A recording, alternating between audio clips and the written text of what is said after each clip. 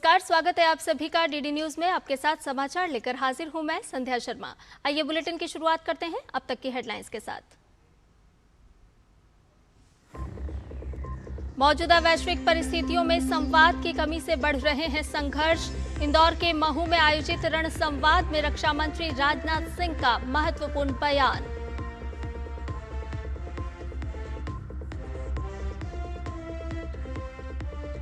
भारत सरकार ने की गाजा के खान यूनिस में पत्रकार की हत्या की निंदा। विदेश मंत्रालय को उम्मीद इजरायल करेंगे घटना की जांच।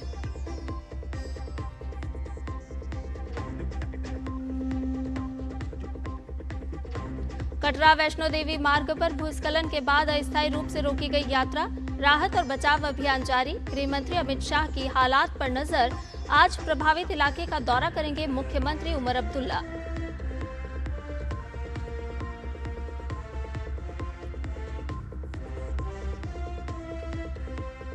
देश भर में आज गणेश चतुर्थी की एक अर्जी दी पुलिस के पास कि उसके बेटे को कुछ लोग संदिग्ध परिस्थितियों में बातचीत करते हैं और कहीं ना कहीं हो सकता है कि उसे बरगलाने का काम कर रहे हैं। तो इस पर जब तफ्तीश की पुलिस ने और पुलिस जब मदरसे पहुंची तो वहां पर पुलिस ने देखा कि उस लड़के को जो लोग थे वहां पर बैठे हुए थे वो उसको धर्मांतरण की तैयारी कर रहे थे, उसके खात्मे की तैयारी कर रहे थे। पुलिस ने त्वरित कार्रवाई करते हुए उन लोगों को गिरफ्तार किया। वहां पर अब्दुल मजीद समेत 4 लोगों को गिरफ्तार किया। इनके पास से जो वहां पर दस्तावेज पाए गए कि तमाम सारी सीढ़ियां पाई गई और साहित्य पाया गया। खासतौर से ये साहित्य प्रेरित करता था धर्मांतरण के लिए। ये सारी किताबें इन लोगों को दी जाती थी। तो जब पुलिस ने इस मामले की गहनता से जब जांच की तो उसमें पता ये चला कि अब्दुल मजीद नामक जो व्यक्ति है इसके खाते में काफी ज्यादा पैसे का ट्रांजेक्शन हुआ है और ये व्यक्ति कई अन्य जगहों पर जाकर, चाहे गुजरात, महाराष्ट्र, तमिलनाडु, इन सब जगहों पर जाकर कलेक्शन का काम करता था, चंदा लेने का काम करता था। और साथ साथ सलमान और उसकी पत्नी के खातों की भी जांच की गई तो उनमें भी काफी लेन देन है। पुलिस इस मामले पर बता रही है कि अभी एक व्यक्ति फरार है जिसको पकड़ा जाने है, उसके लिए टीमें गठित कर दी गई हैं। फिलहाल अभी 4 लोगों को जेल भेज दिया गया है और बाकी अन्य लोगों की तलाश है। और खासतौर से इस मामले से जुड़े अन्य लोगों को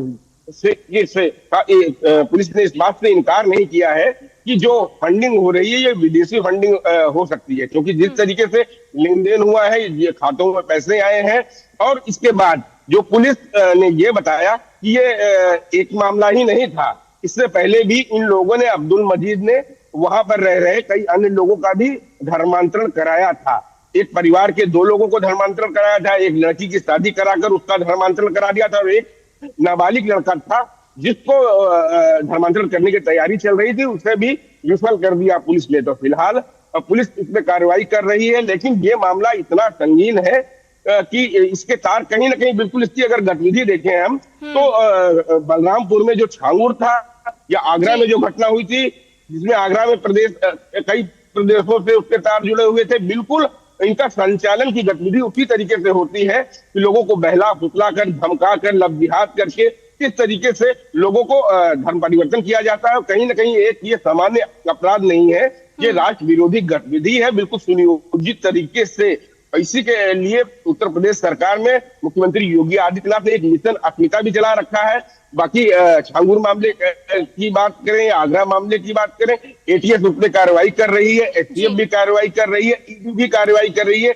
ईडी ने अभी एक दिन पहले छांगुर मामले में 13 करोड़ की संपत्ति जब्त की है। 13 लोग, लगभग 13 संपत्तियां हैं जिन पर ईडी ने कार्रवाई की है। एटीएस की एफआईआर के आधार पर ईडी भी अपनी कार्रवाई कर रही थी उसमें, लेकिन जो तार जुड़ते आ रहे हैं, जो सीढ़ियां मिली है उनमें जाकिर नाइक की सीडी मिली है और तमाम सारे मुस्लिम स्कॉलर की सीडी मिली है जो पाकिस्तानी मुस्लिम स्कॉलर हैं। तो पाकिस्तान का भी संबंध कहीं ना कहीं हर एक मामले में कनेक्ट होता नजर आता है कहीं ना कहीं। और खासतौर से चाहे दुबई से जुड़े हुए तार हो, दुबई और पाकिस्तान दो ये प्रदेश की लगभग तीनों घटनाओं में बिल्कुल उसी तरीके की गतिविधि है इसमें। तो संगठित रूप से यह गिरोह काम करता है। इन पर जो कार्रवाई की जा रही है वो शेयर आपस में पुलिस कर रही है, चाहे वो कुशीनगर का मामला हो, बलरामपुर का मामला हो, आगरा का मामला हो, या अब नया बरेली का मामला आ गया है। तो जिन मामलों में बड़ी एजेंसियां काम कर रही हैं, एटीएस और एसटीएफ काम कर रही है, तो ये सामूहिक रूप से जो जानकारियां, जो तथ्य निकल कर सामने आते हैं, पुलिस उनको प्रदान करती है। उसके आधार पर वो लोग उन कड़ियों को जोड़ते हैं कि जिस तरीके से विदेशी फंडिंग की जा रही है, विदेश में बैठे हुए लोग किस तरीके से यहाँ पर असामाजिक गतिविधि कर रहे हैं। और खासतौर से एक और बात जोड़ना चाहूंगा कि जिन लोगों का धर्मांतरण कराया जाता है, तैयारी ये मानी जा रही थी जो अवैध रूप से रक्षा के प्रति अटूट प्रतिबद्धता और संकट की स्थितियों में तुरंत प्रतिक्रिया देने की उसकी क्षमता को दर्शाता है। भारतीय सेना और स्थानीय अधिकारियों के बीच तालमेल ने यह सुनिश्चित किया कि एक संभावित त्रासदी टल गई। इसी खबर पर ज्यादा जानकारी के साथ हमारे दो संवाददाता अलग अलग जगह से जुड़ गए हैं। जालंधर से जुड़ गए हमारे संवाददाता गुरमीत सिंह और शिमला से जुड़ गई हमारी संवाददाता प्रियंका, सबसे पहले आप ही का रुख करते हैं। आफत की जो बारिश थी उसके बाद अब थोड़ी धूप खिल रही है, जिससे उम्मीद बढ़ती हुई नजर आ रही है राहत और बचाव कार्य को लेकर के। इस वक्त क्या कुछ अपडेट साझा करेंगी आप? बारिश के बाद आज जो है प्रदेश में थोड़ी राहत मिली है। पिछले कल शाम से जो है बारिश थमी है, और लेकिन जो मैदानी इलाके हैं वहां पर पानी का जलस्तर जो है पिछली बारिश से काफी ज्यादा बढ़ा हुआ है। ऊपर बहा, इस वजह से पानी छोड़ना पड़ा, जिसके चलते जो वहां इंदौरा के जो इलाके हैं वहां पर, जिसके चलते करीब करीब 200 से ज्यादा लोगों को वहां से रेस्क्यू किया गया है। एनडीआरएफ की टीमें जो है वो मौके पर तैनात रही है। प्रशासन की तरफ से तमाम जो कोशिशें हैं वो की जा रही है। पूरे हिमाचल प्रदेश की बात करें तो प्रभावित है। किन्नौर शिमला का जो एनएच है वो निगुलसरी के पास प्रभावित है, और इसके अलावा नेशनल हाईवे है वो भी प्रभावित है। चंडीगढ़ मनाली नेशनल हाईवे जो है वो जगह जगह से ब्यास नदी में समा गया है, जिसकी वजह से काफी लोग मनाली और कुल्लू में काफी पर्यटक है वो फंसे हुए हैं। हालांकि कोई भी पर्यटक जो है वो सड़कों पर नहीं है। हालांकि जो मालवाहक 250 से ज्यादा मालवाहक वाहन अभी भी हाईवे पर फंसे हुए हैं, जिनमें एसेंशियल सामान जो है वो जा रहा था, वो फंसे हुए हैं। इसके अलावा जो पंप ऑपरेटर्स है, जो फ्यूल संचालक जो है, उनको जो है स्पेशल प्रशासन की तरफ से हिदायत दी गई है कि वो जो है वो सारी फ्यूल्स को जो है वो प्रॉपरली अपने पास स्टोरेज रखें, और जो भारी मालवाहक वाहन है उन्हें 100 लीटर तक ही पेट्रोल, फ्यूल, डीजल कुछ भी है वो दिया जाए, और जो हल्के वाहन है उन्हें केवल 20 लीटर तक ही फ्यूल दिया जाए, ताकि किसी भी तरह की समस्या जो है वो जनता को ना आए, हम लोगों को ना आए, ना पर्यटकों को आए। इसके अलावा जो आगामी दिनों के लिए मौसम विभाग की तरफ से आज और कल शिमला और मंडी में हालांकि येलो अलर्ट है, और मौसम अभी काफी सुहावना लग रहा है। लेकिन 28 के बाद 31 तक जो 5 जिले हैं, जिसमें सोलन, शिमला, सिरमौर, मंडी और कांगड़ा जो है उनके लिए ऑरेंज अलर्ट जारी जो है मौसम विभाग की तरफ से किया गया है। इसके अलावा अब तक जैसा कि आप भी जानकारी दे चुके हैं कि 677 सड़कें जो है अभी भी प्रभावित है। लिंक रोड काफी ज्यादा प्रभावित है। किसान बागवान काफी ज्यादा परेशान है, क्योंकि इस टाइम खासतौर पर जो एप्पल बेल्ट है वहां पर सेब सीजन जो है फुल फ्लेज चल रहा है, और इस समय सड़कें जो बाधित होने की वजह से उनका जो सेब है वो मंडियों तक नहीं पहुंच पा रहा है, जिसकी वजह से वो काफी परेशान है। जनता जो काफी त्रस्त है, क्योंकि बारिश का मौसम है, प्राकृतिक आपदा है, इसके चलते लोगों को आवाजाही में काफी ज्यादा दिक्कतें आ रही हैं।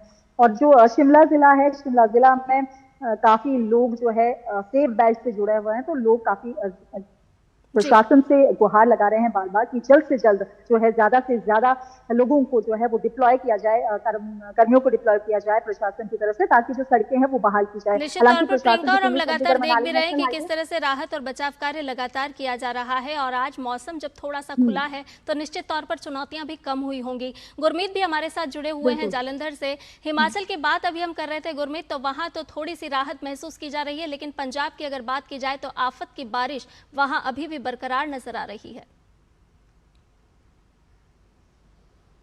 जी बिल्कुल, आज सुबह तक की यदि बात की जाए तो जो बारिश है वो लगातार कंटिन्यूसली 94 घंटे से वो रुक रुक कर हो रही थी, मगर ज्यादातर अगर इन टोटलिटी देखा जाए तो बारिश लगातार पंजाब के कुछ जिलों में और खासतौर पर जो बॉर्डर एरियाज है वहां पर हो रही थी। अब अमृतसर की मैं बात करूंगा, क्योंकि लेटेस्ट इनपुट हमें वहीं से आई है। वो वहां पर 3 गांव हैं, क्योंकि अभी तक अमृतसर बचा हुआ था, बाढ़ के पानी अभी तक गांव में नहीं पहुंचा था, तो 3 गांव जो कि बिल्कुल बिल्कुल साथ साथ है, अजनाला के तहत पड़ते हैं घोनेवाल, मासी नंगल, बेदी छन्ना। इन गांवों में जो रावी नदी है वहां पर जैसे ही धूसी बांध वहां पर टूटा है तो उसके बाद उसका पानी जो है यहां पर पहुंचा है और इस पानी को रोकने की कोशिशें ऐसा नहीं की गई। प्रशासन की ओर से, आम लोगों की ओर से बहुत बड़े स्तर पर कोशिशें की गई और यहां तक कोशिशें हुई कि किसी तरह से जेसीबी मशीनें, ट्रैक्टर लगाकर, सैंड बैग्स रखकर किसी भी तरीके से पानी को खेतों में पहुंचने से रोका जा सके। अब इससे पहले जो तस्वीर अमृतसर की इस समय नजर आ रही है, इससे पहले फाजिल्का, गुरदासपुर, पठानकोट, इन सभी इलाकों में और होशियारपुर में खासतौर पर कई गांवों में पानी पहुंच चुका है और जो गांवों का आंकड़ा है पानी पहुंचने का वो लगातार बढ़ता जा रहा है और अब तक एक एस्टीमेट के मुताबिक तकरीबन 130 गांवों से ज्यादा गांवों में पानी पहुंच चुका है 7 जिलों में, जिसमें गुरदासपुर भी शामिल है। अब अमृतसर तक पानी पहुंचा है, इसके साथ लगता है जिला गुरदासपुर है, जिसके बारे में हम लगातार अपने दर्शकों को अपडेट भी दे रहे हैं। गुरदासपुर की सिचुएशन कुछ ऐसी है, एक तो ये इंटरनेशनल बॉर्डर के साथ लगता है, तो जो तारबंदी है, तारबंदी के पास भी इंटरनेशनल बॉर्डर पर पानी पहुंचा है और पानी बड़े स्तर पर वहां पर देखा जा सकता है उसका असर।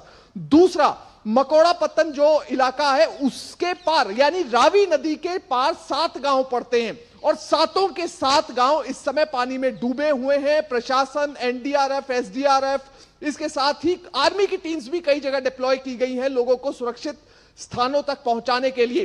तो ये जो 7 गांव हैं इनका संपर्क बाकी के देश से लगभग कट चुका है क्योंकि वहां पर जाने के लिए किश्तियों का सहारा लिया जा रहा है और इसके साथ ही बोट, एम्बुलेंस से लेकर मतलब कोई भी यदि काम करना है तो वो बोट के जरिए ही हो पा रहा है क्योंकि गाड़ियों की आवागमन पूरी तरह से वहां पर प्रभावित हुआ है।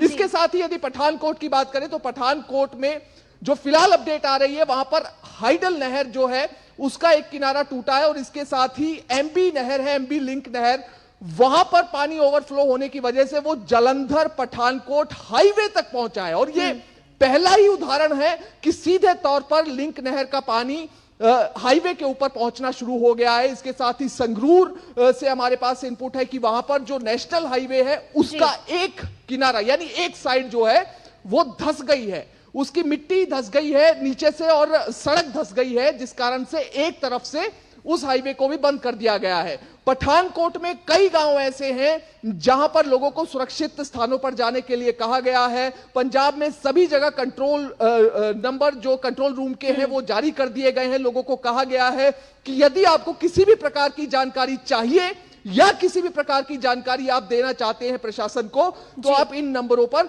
दे सकते हैं। फिलहाल पंजाब के 5 जिले हैं जहां पर पैनी नजर रखी जा रही है, पठानकोट, गुरदासपुर, संगरूर, बरनाला, मानसा और इसके साथ ही जो बॉर्डर एरियाज है खासतौर पर होशियारपुर में मुकेरिया, टांडा, इन इलाकों में गांव में पानी पहुंच रहा है, उसे रोकने के लिए, लोगों को बचाने के लिए, सुरक्षित स्थानों पर पहुंचाने के लिए लगातार कोशिशें हो रही हैं और लेटेस्ट अपडेट फिलहाल ये है कि जालंधर और अमृतसर जैसे इलाकों में बारिश फिलहाल कुछ देर के लिए रुकी है। जी बिल्कुल गुरमीत, यानी कि चुनौतियां कम नहीं है लेकिन लगातार राहत किस तरह से पहुंचाई जा सकती है उसको लेकर के एजेंसी सक्रिय है और लगातार राहत और बचाव कार्य जारी है। बहुत बहुत शुक्रिया तमाम जानकारी हमसे साझा करने के लिए। प्रियंका, आपका भी बहुत बहुत शुक्रिया हमारे दर्शकों से तमाम अपडेट साझा करने के लिए। और बुलेटिन में फिलहाल रुक रहे एक छोटे से ब्रेक के लिए, जल्द हाजिर होंगे। सुनो, एक अच्छी इंश्योरेंस पॉलिसी एआई से पूछते हैं। एक ऐसी पॉलिसी जिसमें प्रीमियम पेमेंट हो लिमिटेड पर इनकम आती रहे लाइफ टाइम। LIC का जीवन उत्सव। एक ऐसी पॉलिसी जो दे होल लाइफ इंश्योरेंस कवर भी। LIC का जीवन उत्सव। वाह, चलो तो LIC की जीवन उत्सव पॉलिसी ही लेते हैं। मैं भी तुमसे यही कह रही थी, LIC का जीवन उत्सव। लाइफ टाइम सेलिब्रेशन मनाइए LIC के जीवन उत्सव के साथ, फ्यूचर सेट है। मेरी पसंद, मेरी पसंद, मेरी पसंद, मेरी पसंद, हमारी पसंद, हम सबकी पसंद। मजबूत देश का मजबूत सरिया हो गया स्टील। और ब्रेक के बाद समाचार में आपका एक बार फिर से स्वागत है। खबरों में बढ़ते हैं आगे। जम्मू में लगातार तीसरे दिन भी बारिश का सिलसिला जारी है। सभी सरकारी और निजी स्कूल, कॉलेज, संस्थान और विश्वविद्यालय आज बंद हैं। जम्मू कश्मीर के कई हिस्सों में कई घंटों की बारिश के कारण कल वैष्णो देवी यात्रा मार्ग पर भूस्खलन हो गया। राहत और बचाव लगातार चल रहा है। फिलहाल वैष्णो देवी यात्रा स्थगित कर दी गई है। जिला प्रशासन, जम्मू कश्मीर पुलिस, भारतीय सेना, एनडीआरएफ, एसडीआरएफ और स्थानीय स्वयं सेवकों ने मिलकर त्वरित बचाव अभियान चलाया है। C-130 और IL-76 विमान हिंडन से राहत सामग्री लेकर जम्मू पहुंच गए हैं। Mi-17 V5 जैसे हेलीकॉप्टर जम्मू, उधमपुर, श्रीनगर, पठानकोट के सभी निकटवर्ती ठिकानों पर सक्रिय रूप से तैयार हैं और राहत और बचाव कार्यों में भी जुटे हुए हैं। कल यह हादसा अर्धकुंवारी स्थित इंद्रप्रस्थ भोजनालय के पास भूस्खलन हुआ, जहां हजारों श्रद्धालु रोज मां वैष्णो देवी के दरबार की ओर जाते हैं। जोरदार धमाके के साथ पहाड़ी से मलबा और बड़े पत्थर ट्रैक पर आ गिरे। हादसे के बाद व्हाइट नाइट कॉर्प्स की 3 राहत टुकड़ियां कटरा और उसके आसपास बचाव और राहत कार्यों में तेजी से जुट गईं। हादसे पर गृह मंत्री अमित शाह ने दुख जताया और फौरन जम्मू कश्मीर के मुख्यमंत्री उमर अब्दुल्ला और उपराज्यपाल मनोज सिन्हा से फोन पर बात की और हालात की जानकारी भी ली। उन्होंने हर संभव मदद का भरोसा दिया है। वहीं मुख्यमंत्री उमर अब्दुल्ला ने जानकारी दी कि वो कल जम्मू एयरपोर्ट बंद होने के कारण नहीं पहुंच सके, लेकिन आज जम्मू पहुंचकर बाढ़ के हालात की समीक्षा करेंगे। इस बीच प्रशासन ने कुछ हेल्पलाइन नंबर भी जारी कर दिए हैं। और उधर वाराणसी में भारी बारिश की वजह से गंगा नदी का जलस्तर तेजी से बढ़ रहा है। जलस्तर बढ़ने की वजह से शहर के कई निचले इलाकों में पानी भर गया है। गंगा किनारे बसे कई आवासीय क्षेत्रों और मंदिरों में भी पानी भरने की खबर है। हरिश्चंद्र घाट और मणिकर्णिका घाट के साथ ही कई घाटों के निचले हिस्से पूरी तरह से जलमग्न हो चुके हैं। स्थिति को देखते हुए घाटों पर मौजूद सभी दुकानों और ठेलों को वहां से हटा दिया गया है।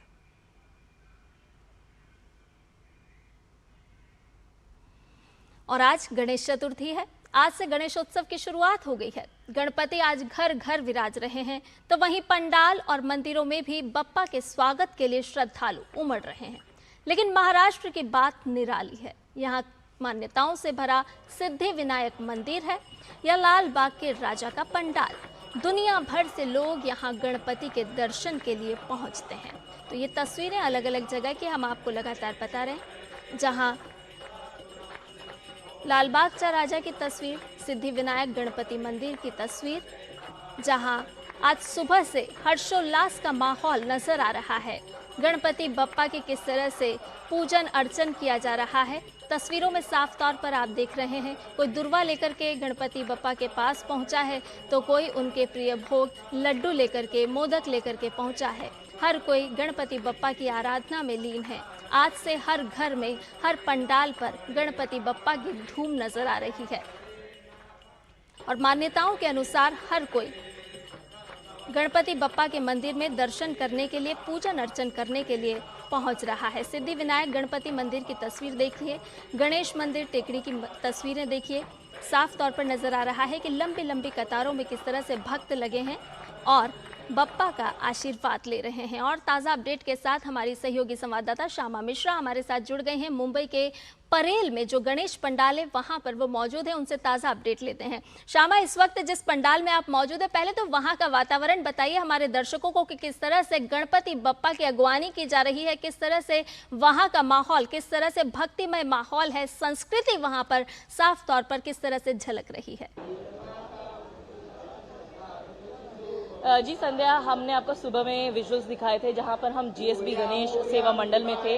अब हम हैं परेल का राजा मंडल में, जो कि यहाँ पर अपने राम अवतार के लिए जाना जा रहा है। इस बार काफ़ी पॉपुलर है और आप देखें तो गणपति जी को राम का अवतार दिया हुआ है। और यहाँ पर ये एक खास बात ये भी बनाई गई है कि इन्होंने इस पंडाल के जस्ट बाहर अयोध्या का राम मंदिर जो अभी बना है उसी की एक तरीके से पूरी जो कह सकते हैं पूरा एग्जाम्पल उसी का देखिए उन्होंने एक बाहर में स्ट्रक्चर तैयार किया हुआ है, जिसको ये पूरी तरीके से दर्शाता है कि राम जी का एक तरीके से आगमन हुआ है गणपति के रूप में। और इसी तरीके से महाराष्ट्र की, मुंबई की अगर आप बात करें तो कई सारे पंडाल गणपति जी को विभिन्न रूप में प्रदर्शित कर रहे हैं और कई सारे मैसेजेस भी दे रहे हैं। जैसे अगर हम इस पंडाल की बात करें तो इन्होंने अयोध्या का एक थीम लेते हुए अच्छे समय का, बुराई पे अच्छाई का,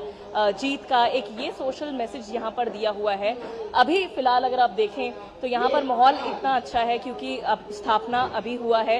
आप यूजुअली अगर आप देखें तो जो पंडाल में बड़े गणपति रहते हैं उनके साथ ही एक छोटे गणपति भी रहते हैं जिनकी स्थापना प्राण प्रतिष्ठा होती है और प्राण प्रतिष्ठा करके अभी आरती संपन्न हुई है और आप देख सकते हैं, सुन सकते हैं गणपति बप्पा मोरया के जयकारे लग रहे हैं और हम भी रुके हुए हैं कि गणपति बप्पा मोरया करने के बाद में जो मोदक होता है, उकड़ीचा मोदक उसे कहा जाता है, वो हमें भी मिले और इसी तरीके से महाराष्ट्र के सभी जो बच्चे हैं वो हर पंडाल में जा जाके बप्पा से मोदक, बप्पा से जो भी प्रसाद है या उनकी जो ब्लेसिंग्स है वो लेने के लिए आतुर है। संध्या बिल्कुल श्यामा, हम देखते हैं कि और इसीलिए बच्चों के भी प्रिय होते हैं भगवान गणेश, क्योंकि उन्हें लड्डू भी मिलता है और मोदक भी मिलता है, जिसका जिक्र अभी आप भी कर रही थी। अगर अलग अलग थीम की हम बात करें तो किस तरह से अलग अलग थीम पर पंडाल सजे हुए हैं, शाम की अगर बात करें तो किस तरह के आयोजन होने वाले हैं, क्योंकि हम देखते हैं कि लगातार 10 दिनों तक जब गणपति बप्पा की धूम रहती है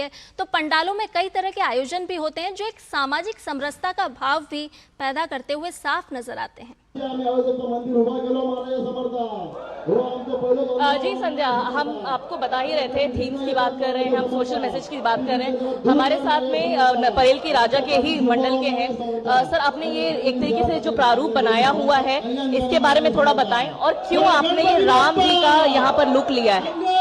ये हमारा 89 साल है, अपना 79 साल है ये साल, और ये काम हम राम मंदिर, हम लोग राम मंदिर किया है, तो राम जीत के राम मंदिर में आता है, ये सीन हम लोग को आपको दिखाया है। अच्छा, ठीक है। तो इसी तरीके से ये सोशल मैसेज है जो मैंने आपको पहले भी बताया कि बुराई पर अच्छाई की जीत है, वो इन्होंने एक तरीके से दर्शाने की कोशिश की है। और इसी तरीके से महाराष्ट्र के विभिन्न पंडाल की अगर आप बात कर ले तो सभी जगहों पर अलग अलग थीम्स हैं। ऑपरेशन सिंदूर की बात कर लीजिए, विमेन एम्पावरमेंट की बात कर लीजिए, या साथ ही आप क्लाइमेट चेंज की बात को हाईलाइट करना, जो एक तरीके से संदेश देना है या इन्वायरमेंट फ्रेंडली तरीके अपनाना, वो सारी चीजें आप पंडाल्स में बहुत सारे पंडाल्स में आप देखेंगे। और घरों की अगर हम बात करें तो अब जो घर हैं वो छोटी मूर्तियां लाने लग गई हैं और काफी सारे जो हाउस होल्ड्स हैं, फैमिलीज हैं, वो अब एक तरीके से एनवायरनमेंट फ्रेंडली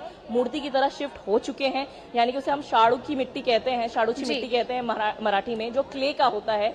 और अगर आप उसका विसर्जन करें, मूर्ति की विसर्जन करें, तो पानी में बस वो घुल जाता है और बिल्कुल भी एनवायरनमेंट को हानि नहीं पहुंचाता। और इसी तरीके से हर मंडल अपनी तरीके से कोई ना कोई संदेश जरूर दे रहा है महाराष्ट्र में। बिल्कुल श्यामा, ये तो हुई गणेश पंडालों की बात, लेकिन हम लालबाग चा राजा की अगर बात करें, प्रसिद्ध सिद्धि विनायक मंदिर की बात करें, और भी कई महत्वपूर्ण मंदिर जो कई मान्यताओं से परिपूर्ण है, उन मंदिरों की अगर बात करें तो आज सुबह से वहां पर भक्तों का किस तरह से तांता लगा हुआ है, किस तरह से उत्साह नजर आ रहा है। जी देखिए संध्या, महाराष्ट्र में या अगर हम मुंबई की बात पहले कर लें तो मुंबई में आपने नाम ले चुके हैं पहले ही, लालबाग का राजा। हम आपको जीएसबी गणपति सेवा मंडल के विजुअल्स दिखा चुके हैं। ऐसे ही जो सिद्धि विनायक मंदिर है वहाँ, या खेतवाड़ी का राजा, अंधेरी का राजा, परेल का राजा जहाँ हम अभी फिलहाल हैं, नरे पार्क जिसे कहा जाता है, ऐसे ही कई सारे जगहों पर अपने अपने गणपति जी विराजमान हो चुके हैं। और जिस तरीके से ये आगमन होता है मूर्ति का, वो लगभग 1 महीने पहले से शुरू हो जाता है। आगमन सोड़ा भी उसे अलग तरीके से मनाया जाता है और बहुत धूम रहती है लोगों में। सुबह से हम देख रहे हैं जो ये बड़े बड़े पंडाल है, वहाँ पर लोग कई ज़्यादा संख्या में जुटे हुए हैं सुबह से, ताकि उन्हें दर्शन मिले। और हर मंडल एक तरीके से ये प्रयत्न कर रहा है कि भक्त का जो डिवोटी आ रहा है, श्रद्धालु आ रहा है, उसका कम से कम समय में दर्शन हो और वो उस एरिया से, उस मंडल से दर्शन करके बाहर निकल जाए। क्योंकि लोगों को, पंडालों को भी एक तरीके से ये एक्सपीरियंस देना है लोगों को कि तकलीफ ना हो, कम से कम समय में हो जाए। और साथ ही कई सारे मंडल हैं जो डिजिटल तरीके पे जा रहे हैं, डिजिटल रूप अपना रहे हैं। QR कोड से एंट्री दिया जा रहा है, QR कोड से प्रसाद दिया जा रहा है। तो ऐसे ऐसे ही विभिन्न तरीके से मंडल जो है वो नए नए इनिशिएटिव्स भी ले रहे हैं और साथ ही श्रद्धालुओं की भीड़ को हैंडल करने में, मैनेज करने में भी नए नए तरीके अपना रहे हैं। लेकिन जाहिर सी बात है, पूरा अगर आप महाराष्ट्र देखें, मुंबई देखें, लगातार 10 दिन, क्योंकि इस बार पूरा 10 दिन मिला है महाराष्ट्र को, विसर्जन जो होगा वो 11वें दिन पर होगा, 6 तारीख को होगा, तो पूरा 10 दिन है महाराष्ट्र के पास में और सारे ही लोग होंगे जो आपको दिखेंगे। भीड़ उमड़ी होगी, रास्ते पर उमड़ी होगी, मैदानों में उमड़ी होगी, क्योंकि कई सारे ऐसे मंडल्स भी हैं, पंडाल जो है जो मेला रखते हैं, फन एंड फेयर रखते हैं, तो लोगों की भीड़ वहाँ भी जुटती है। झूलों पे झूलते हैं लोग, परिवार पूरे साथ में आते हैं, इकट्ठे आते हैं, कई जगहों से, पूरे ऑल ओवर महाराष्ट्र से या बाहर से भी कई सारे फैमिली मेंबर्स आते हैं। तो ये समय है एकजुट होने का, फेथ को, श्रद्धा को बांटने का, बढ़ाने का और साथ ही एक अच्छा समय अपने परिवार के साथ में, श्रद्धा के साथ में बिताने का। शमा, बाजार किस तरह से सजे हुए हैं? बाजारों की अगर बात करें तो वहां पर किस तरह का माहौल इस वक्त नजर आ रहा है? क्योंकि निश्चित तौर पर भक्त जो हैं वो गणपति बप्पा की प्रतिमाएं अपने घर ले जा रहे होंगे, खरीद रहे होंगे, तमाम वस्त्र खरीद रहे होंगे उनके लिए। तो किस तरह का माहौल इस वक्त वहां पर देखने को मिल रहा है? क्योंकि देश भर में तो गणपति बप्पा की आराधना की ही जा रही है, लेकिन महाराष्ट्र और मुंबई की बात कुछ अलग है। मुंबई की बात कर लें तो ये जो इलाका हम जिसमें हैं, परेल, लालबाग, दादर, ये सारे ऐसे इलाके हैं जहां पर अगर आप देखें तो लगभग 2 महीने 3 महीने पहले से ही सारी रौनक जो है यहाँ पर दिखने के लिए मिल रही है। आप मकर की बात कर लीजिए, जो गणपति को जहाँ बिठाते हैं और उनका जो सिंहासन का एक डेकोरेशन रहता है उसे मकर कहा जाता है यहाँ पर मराठी में। मकर की बात कर लीजिए, वो भी अब इको फ्रेंडली तरीके में आ रहा है। या फूलों की सजावट की बात कर लीजिए, अपने खुद के कस्टमाइज तरीके से सजाने की बात कर लीजिए, उसका रॉ मटेरियल या पूरा बना हुआ मकर, वो सारे आपको बाजारों में मिल रहे हैं। कई सारे ऐसे दुकान हैं जिन्होंने जो नॉर्मल चीज़ें बेचते थे पहले, लेकिन उन्होंने वो बंद करके अपने आप को पूरी तरीके से पूजा की सामग्री या ये डेकोरेशन की जो चीज़ें हैं उसमें पूरे तब्दील कर ली है। अब वो सामान बेच रहे हैं। ताज़ा फूलों की बात कर लीजिए तो महाराष्ट्र में कई सारे जगहों पर, महाराष्ट्र के जो खेत की बात कर लीजिए, नाशिक, APMC मार्केट्स जो हैं वो पूरी तरीके से लबालब है नए नए फूलों से, फ्रेश फ्लावर्स से, क्योंकि लोगों ने एक तरीके से ये भी ध्येय माना है कि आर्टिफिशियल नहीं इस्तेमाल करेंगे, वो ताज़ा रियल चीज़ें इस्तेमाल करेंगे। तो फूलों की सजावट भी काफ़ी सारी जगहों पर देखने के लिए मिल रही है। साथ ही इस बार गणपति बप्पा की अगर हम बात करें तो जैसा मैंने आपको पहले बताया कि कई सारे जो घर हैं, हाउस होल्ड्स हैं, वो अब क्ले के मिट्टी के गणपति इस्तेमाल करना चाहते हैं, प्रेफर करते हैं। तो कई सारे ऐसे पंडाल बने हुए हैं जो सिर्फ शाड़ू की मिट्टी की ही गणपतियां लोगों को दे रहे हैं, बेच रहे हैं। और इसी प्रकार से सभी जगह पर आप कोने कोने पर जाइए, मुंबई के फिलहाल अगर आप देखें तो रास्ते में आप कहीं भी चले जाइए, आपको रौनक ही रौनक मिलेगी और हर जगह आपको लाइटिंग की डेकोरेशन मिलेगी, जो कि शाम होते ही, सूरज ढलते ही वो लाइटें शुरू हो जाती हैं। और आप अगर वहां जाएं तो आप बिना फोटो वहां पे, बिना सेल्फी वहां पे लिए नहीं रह पाएंगे। तो इस तरीके से मुंबई का माहौल रहने वाला है 10 दिनों तक। और जाहिर सी बात है 10 दिन होने के बाद में मुंबईकर या महाराष्ट्र के जो वासी हैं काफी दुखी होने वाले हैं, क्योंकि वो अपने बप्पा को विसर्जित करेंगे और काफी ज्यादा भारी मन से विसर्जित करेंगे। बिल्कुल, बहुत शुक्रिया शामा तमाम जानकारी हमसे साझा करने के लिए और हमारे दर्शकों को ये ताज़ा दृश्य दिखाने के लिए। और आपको बता दें कि गणेश चतुर्थी के अवसर पर केंद्रीय मंत्री एल मुरुगन ने चेन्नई के कोयम्बेडु में अपने आवास पर पूजा अर्चना कर लोगों को शुभकामनाएं दी हैं।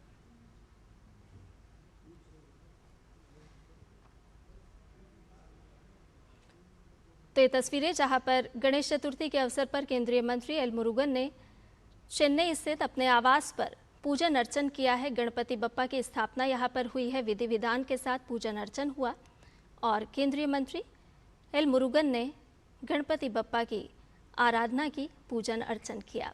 फिलहाल रुकने एक छोटे से ब्रेक के लिए, जल्द हाजिर होंगे।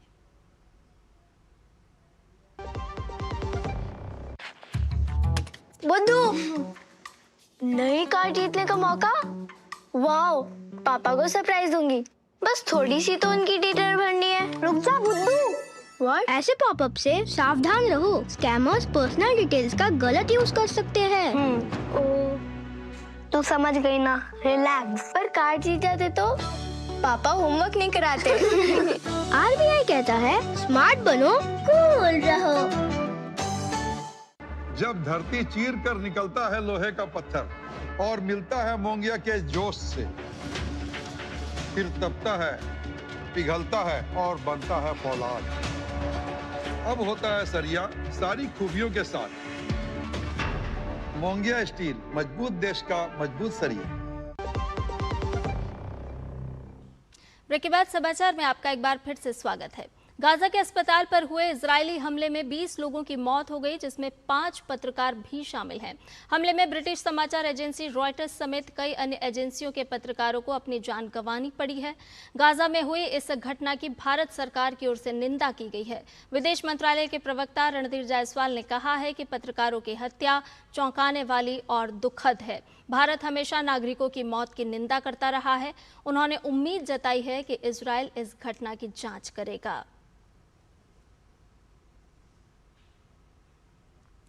वहीं इजराइल गाजा संघर्ष पर व्हाइट हाउस में आज महत्वपूर्ण बैठक होगी। अमेरिका के विशेष दूत स्टीव विटकॉफ ने जानकारी दी कि राष्ट्रपति डोनाल्ड ट्रंप इस बैठक की अध्यक्षता करेंगे। विटकॉफ ने आगे कहा कि अमेरिका को उम्मीद है कि इजराइल और फिलिस्तीन के बीच जारी गाजा संघर्ष का समाधान इस वर्ष के अंत तक निकल आएगा। बता दें कि ट्रंप ने साल 2024 के अमेरिकी राष्ट्रपति चुनाव प्रचार के दौरान गाजा युद्ध को जल्द समाप्त करने का वादा किया था और जनवरी में पदभार ग्रहण करने के बाद भी यही आश्वासन दोहराया था। लेकिन लगभग 7 महीने बीतने के बावजूद ये लक्ष्य अभी तक हासिल नहीं हो सका है। अमेरिकी राष्ट्रपति डोनाल्ड ट्रंप ने कहा है कि चीन और अमेरिका के बीच चल रही व्यापार वार्ता के बावजूद 6 लाख चीनी छात्रों को अमेरिकी कॉलेजों में पढ़ने की अनुमति दी जाएगी। ट्रंप ने व्हाइट हाउस में पत्रकारों से बात करते हुए कहा कि ये फैसला दोनों देशों के बीच संबंधों को बनाए रखने के लिए महत्वपूर्ण है। उन्होंने अफवाहों को खारिज किया कि अमेरिका चीनी छात्रों को प्रवेश नहीं देगा। ट्रंप ने कहा कि वो चीन के साथ मिलकर काम करेंगे। उत्तर भारत के कई हिस्सों में लगातार बारिश के कारण हालात गंभीर हो रहे हैं। केंद्रीय मंत्री डॉक्टर जितेंद्र सिंह ने 100 पर जम्मू कश्मीर में बाढ़ की स्थिति पर जानकारी दी है। उन्होंने कहा है कि पुंछ, राजौरी छोड़ पूरे जम्मू में तेज बारिश हो रही है। फिलहाल बारिश की तीव्रता कम है। तवी नदी के जलस्तर में कमी आई है। वहीं चिनाब नदी अभी भी खतरे के निशान के करीब है। बिजली, पानी और संचार बहाली पहली प्राथमिकता है, जिसको लेकर के लगातार कार्य किया जा रहा है। प्रशासन लगातार काम में जुटा हुआ है। एसडीआरएफ, एनडीआरएफ, सेना अधिकारी भी लगातार सक्रिय हैं। स्कूल और कॉलेज बंद रखने के आदेश दिए गए हैं। साथ ही साथ अनावश्यक आवाजाही से बचने की सलाह है। ऐतिहासिक माधोपुर पुल पर यातायात रोका गया है और प्रधानमंत्री नरेंद्र मोदी की स्थिति पर पैनी नजर है। एलन मस्क की प्राइवेट स्पेस कंपनी स्पेसएक्स ने स्टारशिप रॉकेट को सफलतापूर्वक लॉन्च किया। यह स्टारशिप का अब तक का 10वां इंटीग्रेटेड टेस्ट फ्लाइट है, जिसका इंतजार लंबे समय से किया जा रहा था।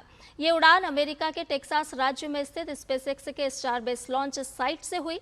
इससे पहले सोमवार और मंगलवार को खराब मौसम और तकनीकी जांच के कारण 2 बार लॉन्च टालना पड़ा था।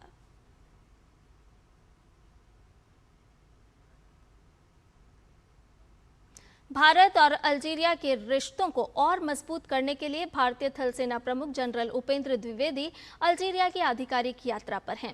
यात्रा के दौरान भारतीय सेना प्रमुख ने चर्चिल सैन्य अकादमी का दौरा किया। इस दौरान सेना प्रमुख को अकादमी की महत्वपूर्ण भूमिका के बारे में जानकारी दी गई। संकाय सदस्यों से बातचीत के दौरान सेना प्रमुख ने उनके समर्पण और उत्कृष्ट प्रशिक्षण मानकों की सराहना की और उन्हें अपने राष्ट्र की सेवा में निरंतर प्रयासरत रहने के लिए प्रोत्साहित किया। साथ ही सेना प्रमुख ने कहा कि दोनों देशों के प्रशिक्षण संस्थान मिलकर एक दूसरे से अपने अनुभवों को साझा भी करेंगे। रुक करते अगली खबर का। दिल्ली के पूर्व स्वास्थ्य मंत्री सौरभ भारद्वाज के घर देर रात तक ईडी की छापेमारी कार्रवाई चलती रही। अस्पताल निर्माण घोटाला मामले में 5,590 करोड़ रुपए के अस्पताल प्रोजेक्ट में कथित अनियमितताओं को लेकर ये कार्रवाई की गई है। इस मामले की जांच एंटी करप्शन ब्रांच भी कर रही है। दरअसल साल 2018-19 में दिल्ली सरकार ने 24 अस्पताल प्रोजेक्ट्स को मंजूरी दी थी, जिसमें 11 नए अस्पताल और 13 पुराने अस्पतालों के विस्तार की योजना थी। लेकिन ना तो ये प्रोजेक्ट समय पर पूरे हुए और ना ही तय लागत में बने, बल्कि प्रोजेक्ट की लागत कई गुना बढ़ाकर हेराफेरी की आशंका जताई गई। सबसे बड़ा घोटाला आईसीयू अस्पताल प्रोजेक्ट में बताया जा रहा है। 6,800 बेड वाले 7 आईसीयू अस्पताल 1,125 करोड़ रुपए की लागत से 6 महीने में बनने थे, लेकिन 3 साल बीतने के बाद भी केवल 50% काम ही हुआ, जबकि 800 करोड़ रुपए खर्च हो चुके हैं। आपको बता दें कि पिछले साल तत्कालीन विपक्ष नेता विजेंद्र गुप्ता ने एंटी करप्शन ब्रांच को लिखित शिकायत दी थी, जिसमें कहा गया था कि अस्पताल निर्माण की लागत बढ़ाकर और नियमों को दरकिनार कर सरकारी धन का दुरुपयोग हुआ है। इस शिकायत में सौरभ भारद्वाज और पूर्व स्वास्थ्य मंत्री सत्येंद्र जैन का नाम सीधे तौर पर लिया गया था। और अब बात बदलते बिहार की। तो आपको बताएं कि पलायन की वजह से टूटता बिखरता परिवार कभी बिहार की नियति बन चुका था। अर्थव्यवस्था को गति देने का सरकार का प्रयास अब जमीन पर नजर आ रहा है। बिहार के सूरज कुमार झा, सोना कुमारी और रूबी कुमारी को अब घर के पास ही काम मिल रहा है। घर के पास ही काम मिलने से लोगों की खुशी 2 गुना हो गई है।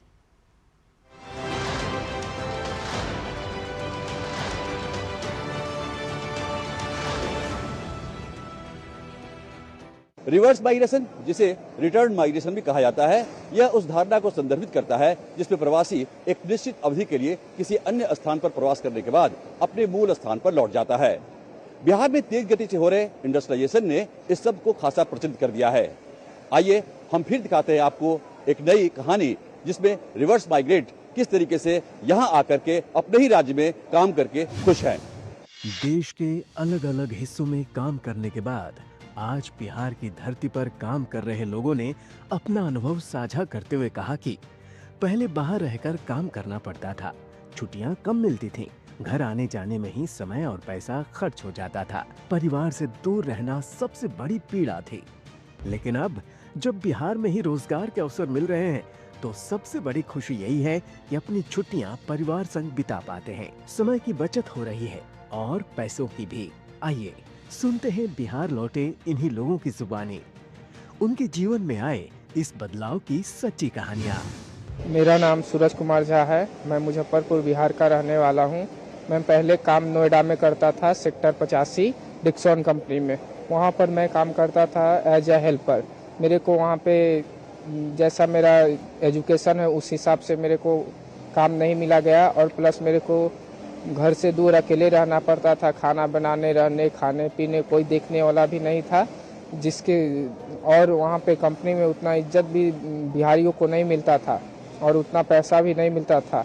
10,000 में अपना रहना, खाना पीना, रूम रेंट ये सब नहीं हो पाता था। इसके कारण मैं यहाँ हाई स्पीड में जाना, बिहार में आया, मुजफ्फरपुर में इंटरव्यू दिया, मेरा सिलेक्शन हुआ। यहाँ आके मेरे उस हिसाब से काम मिला। घर परिवार के साथ रहता हूँ, ना कोई छुट्टी का झमेला है, ना कोई चीज़ का है। यहाँ पे आराम से खुशमय ज़िंदगी जी रहा हूँ माता पिता के साथ। जी मैं पहले यूपी में काम करती थी और पहले परिवार के साथ नहीं रहती थी, इसीलिए हम लोग बिहार में कंपनी खोला, इसलिए हम लोग के बिहार में काम मिला है, इसलिए हम लोग काम करते हैं। मेरा घर बेला छपरा है, 5 मिनट के रास्ते हैं। यहाँ पे हम लोग कंपनी के पास ही रहते हैं। मेरा नाम रूबी कुमारी है। मैं बिहार की रहने वाली हूँ। मैं इस कंपनी में काम करने आ रही हूँ। इस कंपनी से मैं मार्केट हूँ। इस जॉब से अच्छी तरह से काम कर रही हूँ। मैं सैलरी के लिए इस तरह की बात की हूँ और इस हर महिला को काम देना चाह रही हूँ। आपने देखा कि किस तरह कभी दूसरे राज्यों में कष्ट झेलकर रोजी रोटी कमाने वाले हमारे बिहारी भाई अपने घर में ही रोजगार मिलने पर कितने संतुष्ट हैं। रिवर्स माइग्रेट कामगारों की नई कहानी के साथ हम फिर हाजिर होंगे। आप देखते रहिए डीडी न्यूज।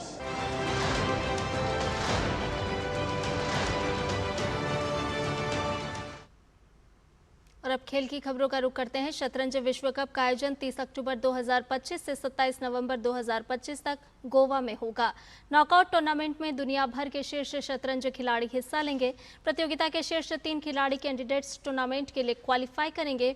भारत के पास विश्व चैंपियन डी गुकेश, आर प्रगन्नानंदा और अर्जुन एरिगेसी के रूप में खिताब के प्रबल दावेदार हैं। ये दूसरा मौका है जब भारत इस प्रतिष्ठित टूर्नामेंट की मेजबानी कर रहा है।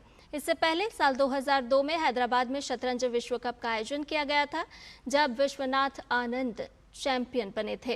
पिछले महीने ही भारत की दिव्या देशमुख ने ऑल इंडिया फाइनल में कोनेरू हम्पी को हराकर जॉर्जिया में आयोजित महिला शतरंज विश्व कप का खिताब जीत लिया था।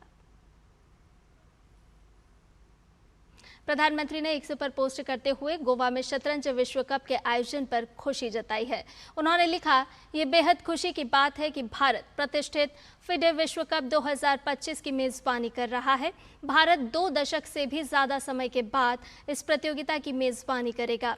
शतरंज हमारे युवाओं के बीच काफी लोकप्रिय हो रहा है। मुझे विश्वास है कि इस प्रतियोगिता में रोमांचक मुकाबले देखने को मिलेंगे और दुनिया भर के शीर्ष खिलाड़ी अपनी प्रतिभा का प्रदर्शन करेंगे।